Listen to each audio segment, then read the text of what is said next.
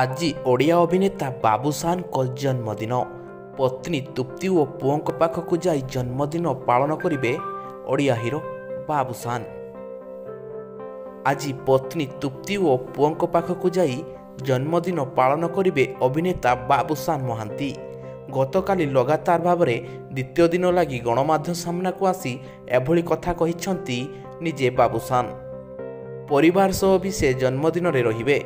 Social ମିଡ଼ିଆରେ viral ଅଡ଼ିଓକୁ ନେଇ ବାବୁସାନ କହିଛନ୍ତି, ଅଡ଼ିଓକୁ ଭଲ ଭାବରେ ଶୁଣନ୍ତୁ। ପୁଲିସର ଜେରା ପରେ ଗଣମାଧ୍ୟମକୁ ପ୍ରତିକ୍ରିୟା ଦେବେ ବୋଲି କହିଛନ୍ତି ବାବୁସାନ। ଗତ 23 ତାରିଖ ସକାଳେ ବାବୁସାନ ପ୍ରକୃତି ମିଶ୍ର ଓ ତୃପ୍ତିଙ୍କୁ ନେଇ ବିବାଦର ଭିଡ଼ିଓ ସାମ୍ନାକୁ ଆସିଥିଲା। ସନ୍ଧ୍ୟାରେ ଖାରବେଳନଗର ଥାନାରେ ଏତଲା ଦେଇଥିଲେ ତୃପ୍ତି। ତାଙ୍କ ଅଭିଯୋଗକୁ ନେଇ ପୋଲିସ ମାମଲା ରୁଜୁ କରିଥିଲା।